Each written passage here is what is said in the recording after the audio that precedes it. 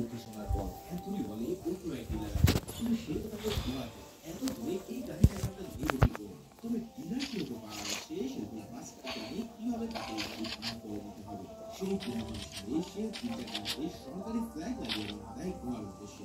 তবে ঠিকই পরের গাড়ি পুলিশে আটকে তাদের গাড়ি ড্রাইভিং লাইসেন্স দেখা শুরু করে। অ্যান্থনি আর মাস্টার গাড়ি চেক করে বেরিয়ে যেতে পারলেও মিস্টার হাম্বার ঠিকই ধরা পড়ে যায়। তবে ঠিক সেই সময় মাস্টার চালে তার আসল চাল, তার গাড়ি থেকে বেরিয়ে আসে একটা গুলি পাখির মিনিস্টার। সেই মিনিস্টারকে দেখে তো পুরো ফৌজে দেওয়া মুখটা শুকিয়ে যায়। তারা বলতে থাকে তারা আমাদের কাছে কেউ বাঁচতে পারবে না। কিন্তু এ কি মিনিস্টার হয়ে সেই লোকগুলো তো ছিল ট্রাকে ঢুকতে পারা ফকির বাহিনী। সিরিয়াসলি তাদের ভিখারি থেকে সবগুলোকে বের করে দিল। First blood.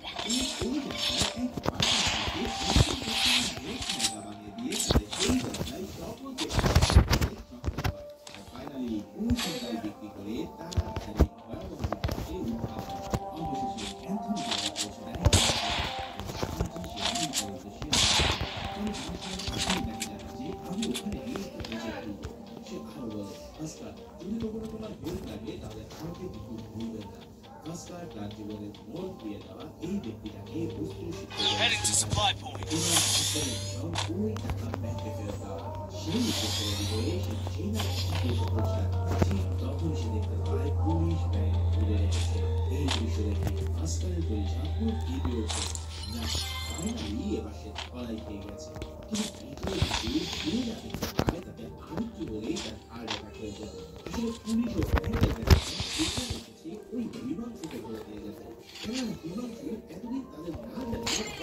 হ্যাঁ আই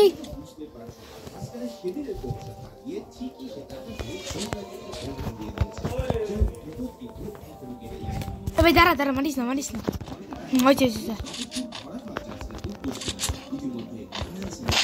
মার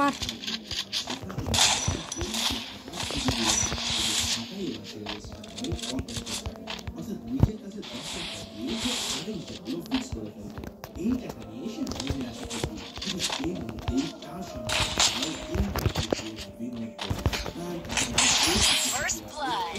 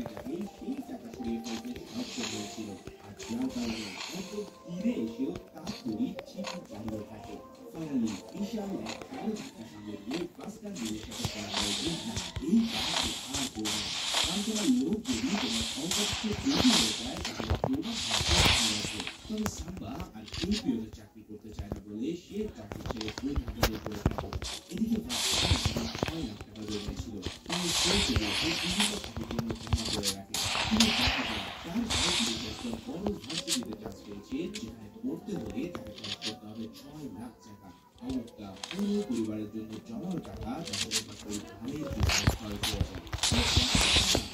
যখন সুযোগ হয় তখন একটু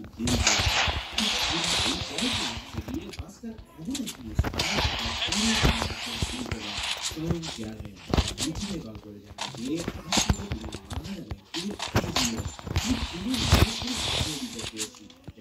খুবই একমাত্র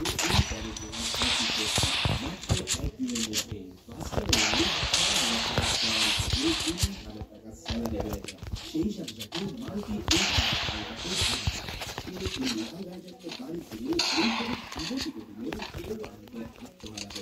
তবে আসলে শুরুই হয় মাস্টার জীবনের শুরুর দিকে পান। তবে এখন শুরু হয় সেই পান যেখানে মাস্টার জীবনে 2 বছরের বাংলা ছিল 100 কোটি টাকা। তবে সেই টাকা যাওয়ার আগে যদি এক্সপেক্টটা এনজয় করে তাহলে লাইফ দিতে কিন্তু মোটেও ভুলে যেও না। যাই হোক মাস্টারকে ট্রান্সফার করা হয় বোম্বের মেন ব্রাঞ্চে। সেখানে প্রথম দিন ব্যাংকের চেয়ারম্যান তাকে একটা বড় ব্যাগ দিয়ে দেয়।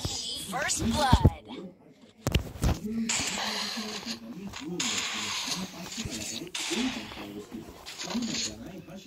সবচেয়ে ভিআইপি ক্লায়েন্ট, তাই তার যা যা লাগবে তাই যেন সে পূরণ করে দেয়। ভাস্কার চেয়ারম্যানের এই কথা অক্ষরে অক্ষরে পালন করবে বলে কথা দেয়। পরের দিন হার্ষাদ মেহতার এক ঘনিষ্ঠ চেলা সুরাজ এসে হাজির হয় ভাস্করের সামনে, যার হাতে ছিল কাচারি ব্যাংক নামের এক ব্যাংকের দুটো বিয়ার বা ব্যাংক রিসিপ্ট। এখন চলো একটা ফিনান্সের ছোট্ট ক্লাস করে আসি আর জেনে নিই কি এই বিয়ার। দেখো, ব্যাংক কোনো ব্যক্তি বা কোম্পানিকে যেমন লোন দেয় ঠিক সেভাবে অন্য ব্যাংকও লোন দিতে পারে, তবে এই জন্য তারা ডিরেক্ট ব্যাংক টু ব্যাংক টাকা ট্রান্সফার করতে পারে না। ফলে এই ধরনের ট্রান্সফার কমপ্লিট করে কোনো এক ব্রোকার কোম্পানি। যেমন মাগাদা ব্যাংক যদি কাচারি ব্যাংকে লোন দেয় তাহলে প্রথমে হার্ষাদ মেহতাকে টাকা ট্রান্সফার করবে, এরপর হার্ষাদ সেই টাকা ট্রান্সফার করবে কাচারি ব্যাংকে। ঠিক সেম ভাবে টাকা ফেরত দেবে প্রথমে হার্ষাদের কাছে আর সে পৌঁছে দেবে মাগাদা ব্যাংকে। এই বিনিময়ে হার্ষাদ মেহতা পাবে 0.001 সেই ডকুমেন্টস যেগুলো ব্যাংক এই ডিলগুলো ফাইনাল করে। তো সুরাজ দুটো ডিল সাইন করে দেয়। তবে ভাস্কর টাকা First blood. এই টাকা ফেরত দাও। আর হ্যাঁ, আপনি বুঝতে পারেন লিগালি চলার 4 সপ্তাহ পর হার্ষাদ মেহতাকে সেই টাকা ফেরত দিয়ে ভাস্কর ঠান্ডা মাথায় তাকে ঘুষ দিয়ে দেয় যে পরে মাস থেকেই সেই টাকা ডলারে করতে পারবে। সব শুনে সুরাজ থেকে বুঝে যায় যে এই লোক তাদের পথে টাকা নিতে চলেছে। সেই বার হার্ষাদ মেহতা ও তার কোম্পানি খুলে দিয়ে ক্যাপিটাল স্টেটমেন্টে অবশ্যই করে ডাবল স্টেটমেন্ট প্রিন্ট হয়ে গেলে ভাস্কর তাকে এক কপি বুঝে রেখে বিদায় জানায়। এবার ভাস্করের মনে একটু খাইশ থাকে। সে বলে, দেখি তো ইন্ডিয়ার সবচেয়ে ধনী ব্যক্তির ব্যাংক অ্যাকাউন্টে কত টাকা আছে। বিশাল ফিগার থেকে তার চোখ কপালে উঠে যায়, কারণ ততদিনে হার্ষাদ মেহতার কত বিশাল হয়ে গিয়েছিল তবে এই স্টেটমেন্ট থেকে তার First blood. নিয়ম অনুসারে তার ব্যাংকে যে টাকা বিয়ারের মাধ্যমে কাচারি ব্যাংকে দেওয়ার কথা ছিল সেই টাকা কাচারি ব্যাংকে না দিয়ে তার কোম্পানি গুম করে যাচ্ছে। তার মানে হচ্ছে এই ব্যাংক টু ব্যাংক লোনটা স্রেফ একটা ধোঁকা। আসলে হার্ষাদ মেহতা তার কাছ থেকে টাকা নিয়ে নিজেই কোনো কাজ করছে আর পরে কাজ শেষ হয়ে গেলে সে আবার ওই টাকাটা ব্যাংক দিয়ে দিচ্ছে। এই পুরো কাহিনীটা মিলে যায় তো ভাস্করের সাথে, কেননা সেও তো একটা এমনি কাজ করে টাকা বানিয়েছিল। তারপরে সে চলে যায় কাচারি ব্যাংকে আর সেখানে গিয়ে তাদের টাকা রিসিভ করার স্টেটমেন্ট দেখতে পায়। ব্যাংকের ম্যানেজারের হাবভাব আর দামি ঘড়ি দেখে সে বুঝে যায় যে এরা সবাই ইতিমধ্যে হার্ষাদ মেহতার কাছে বিক্রি হয়ে গেছে। কিন্তু প্রশ্ন হলো এই টাকা First blood.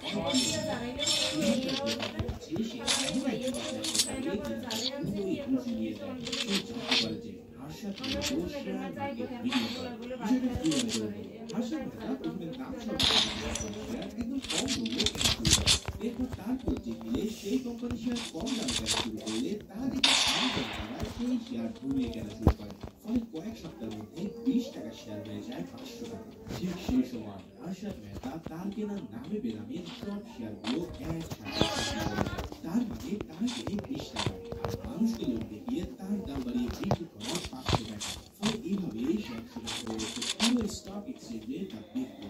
আশা করি তোমরা বুঝতে পারছো যে এই হার্ষাদ মেহতা কি চ্যালেঞ্জ ছিল। তবে এই ঋণ করার জন্য টাকা প্রয়োজন ছিল, যেটাকে এই সময় ব্যাংকের সাথে ধান্দাবাজি করে জোগাড় করে নিল। সব কাহিনী শুনে ভাস্কর পুরো কাহিনী বুঝে ফেলে যে কিভাবে হার্ষাদ মেহতা পুরো ইন্ডিয়াকে ভুল পাচ্ছে। এবং ভাস্করের কাছে দুটো অপশন, হয় হার্ষাদের কেনা গোলাম হয়ে যাওয়া নাকি ব্যাংকের চেয়ারম্যানকে সব জানিয়ে দেওয়া। ভাস্কর সেকেন্ড অপশনটি বেছে নিয়ে চেয়ারম্যানকে কল করার সিদ্ধান্ত নেয়। তবে সেই সময় ঘটে তার লাইফের সবচেয়ে বড় দেখা যায় তার স্কুল থেকে ফিরছে আর তার মা তাকে বকাঝকা করছে। তার স্কুলের এক ছেলে একটা মেয়ের থেকে চকলেট চুরি করেছিল। তবে সেই ঘটনা তাকে জেনে গেলে ওই শিক্ষককে অফার দেয় যে যদি সেই চুরির কথা না বলে তাকেও শর্টে চকলেট দেয়, যার কারণে তাকে সেটা গোপন করলে সেও ভাগিদার হয় সেই চকলেটে। এই সব শুনে ভাস্কর বলে, বাবা এটা তো ঠিক না, তবে জবাবে তার দিচ্ছে না, যদি আমি ভালো মানুষের এটা বলে দিতাম তাহলে আমি কিছুই পেতাম না। ঠিক এই লাইনটা শুনে ভাস্কর ভাবনা খেয়ে যায়। সে বুঝতে পারে আসলেই তো হার্ষাদকে যদি আমি ঘুরিয়ে দিই তাহলে এতে আমার কি লাভ, কিন্তু আমি যদি হার্ষাদের সাথে থাকি তাহলে আমার লাভের কোনো শেষ নেই। তাহলে ভাস্কর এবার সিদ্ধান্ত নেয় এই গেমে নিজেকে এন্ট্রি করাতে। ঠিক সেভাবে সে সরাসরি সুরাজের কাছে চলে যায় তার প্ল্যান নিয়ে। প্রথমে সুরাজ তাকে কিন্তু ভাস্কর সব ঠিক ছিল করে দেয়, কিনতে চাও তাহলে আমি ভাস্করের নির্ধারণ করবো, আমি তোমাদের সব কিছু পানির মতন খোলা যাবে। এর মধ্যে হার্ষাদ এবং তোমরা যে শেয়ার রেটিং করবে তার ইনফরমেশন আমাকে যা দেখার শুনে এই রাজি হয়ে যায় কারণ তবে পরের দিনে 25 কোটি টাকার বিয়ার সাইন করে যেহেতু এই জায়গাগুলো ইলিগাল বা ব্ল্যাক মার্কেটে লিগাল বা সেই টাকা ভয় করার জন্য আমার নামে এক ছেলের কাছে চলে যায় যে ছিল এই মামলাকে ভাস্কা তাকে এই 25 লাখ টাকা হোয়াইট করার উপায় জানতে চাইলে সে জানায় যে লটারিতে বিজয়ী হয়ে আপনি চাইলে এই টাকাকে ইজিলি লিগাল করতে পারবেন এর জন্য আপনাকে 4% কমিশন দিতে হবে যদি এটা দিতে পারেন তাহলে নেক্সট লটারি বিজয়ী আপনাকে বানিয়ে দেওয়া হবে আপনি পুরো 17 লাখ টাকা লিগাল মালিক হয়ে যাবে বুঝতে পারলে তো লটারি ফটারি তো কোন লেভেলের খেলা হয় যাই হোক সেই প্ল্যান অনুসারে ভাস্কারকে বানিয়ে দেওয়া হয় 25 লাখ টাকা লটারি বিজয়ী এবং এই নিউজ পেপারে চলে এলে সবাই সত্যিকার অর্থে ভাবে যে ভাস্কার হয়তো তার করে এই লটারি জিতেছে ফলে এই টাকা খরচ থেকে তার এখন লিগাল কারণে চলে গেছে সেইটাকে লিগাল হতে পারতে হবে ফলে এর জন্য এখন তার প্রয়োজন শেয়ার মার্কেটে ইনভেস্ট করা আগের দিন শেয়ার ফোন দিয়ে জানা যে আজকের জামাতা শেয়ার যত ইচ্ছা কিনে রাখে এটা শুনেই সে বুঝে যায় যে এই কোম্পানির শেয়ার ভাস্কার রিডিং করতে চলেছে তার ভিতরে চলে যায় গরিব দুঃখী এশিয়ান ভোটারের কাছে এবং সেখানে জামাতা সকলেই শেয়ার করার কথা বলে এই 3 সপ্তাহ পর সোলা জামা বলে রেস্টার তাকে মার্কেট করে দাঁড়ালে সব ক্রস সেল করে দিই এই কথা শুনে First blood.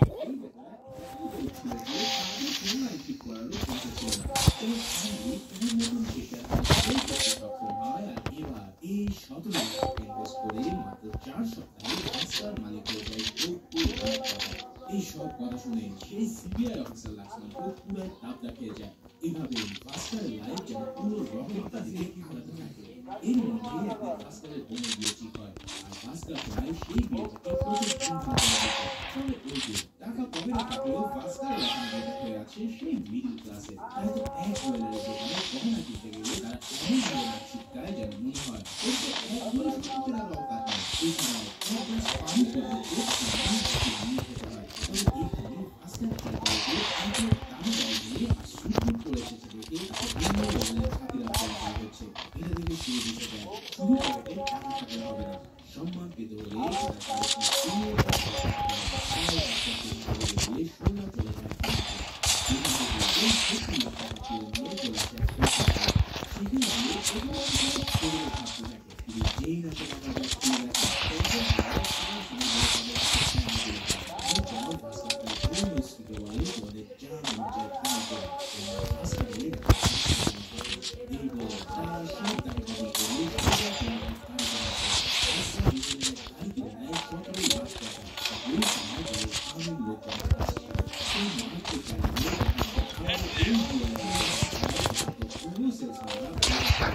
Skill ready.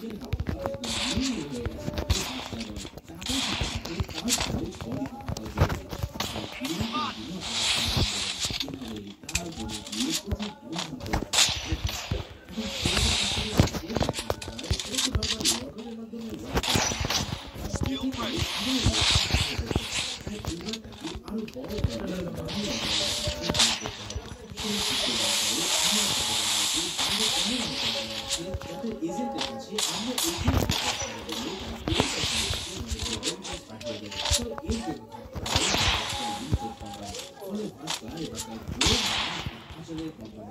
সেই মামলার মাধ্যমে শুরু করে দেয় তবে তার স্ত্রী কিন্তু এসব কিছুই জানে না কেউ যদি জানে যে দুবাই বা সিঙ্গাপুরে আচার অনেক বেশি পছন্দ হয়েছে বিধায় সবাই বড় বড় মাত্রায় অর্ডার করছে যার জন্য তারা এত ফুলে ফেপে উঠেছে সম্প্রতি বিষয়টা ধরতে না পারলেও তার বাবা কিন্তু ঠিকই আচার হতে পারে তার বাজার হলেও বাবা করা ছিল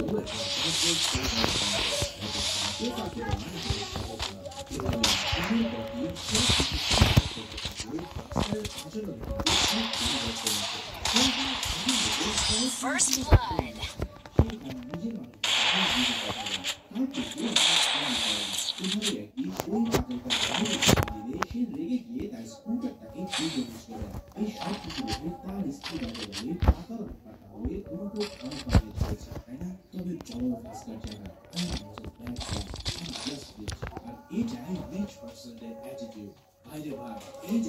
পুরো মুভির মধ্যে সবচেয়ে বড় ছিল। তবে কথায় আছে না, অহংকারী পতনের মুখ। তাই তো এখান থেকেই ভাস্করের লাইফে শুরু হয় ডাউনফল। একদিন ক্লাব অফিসে কাজের মধ্যে এই ম্যানেজার একটা কাজের জন্য আসলে ভাস্কর তার সাথে দেখা করে। সেখানে ভাস্কর বলে, আপনার ব্যাগ থেকে ইদানিং অনেক বড় বড় অ্যামাউন্টের বিয়ার আসছে।